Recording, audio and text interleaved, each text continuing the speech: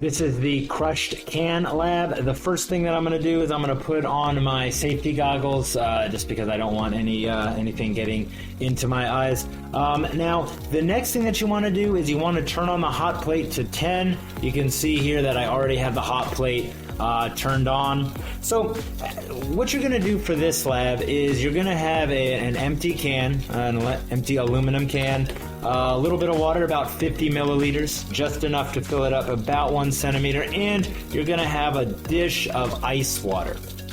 Now, what you're going to do is you are going to pour that water into the can.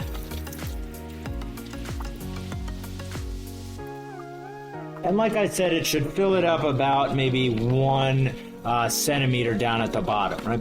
Then you place that can on the hot plate and you wait for that water to boil. So for the sake of time, what I've done is I've already placed the can on there with some water and I've gotten it to a boil. You can sort of see the steam coming out of the can now. So the next thing that you're going to do is you're going to use a glove or tongs to pick up the can and place it upside down in that water, that ice water that seals the top, because we don't want any.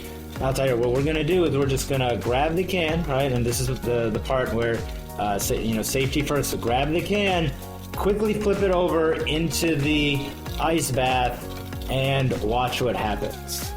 I'm just going to make sure I grab it. Good, right? So these rubber gloves are good enough for it. So I'm just going to take it.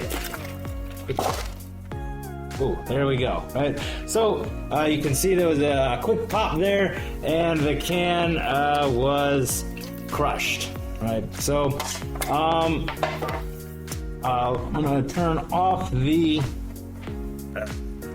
hot plate. There we go.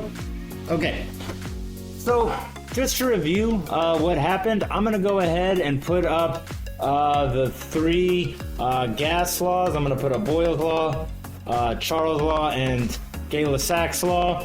Now, these are just the laws that see how two variables affect each other if the other one remains constant. So we have pressure, air pressure, volume, and temperature. So we're looking at that now. Just give you a hint to see which one we're using and what happened and how that reacts is that if I place this on there, well, the hot plate raises that temperature, and then just think about what happens when I placed that can into the ice cold water.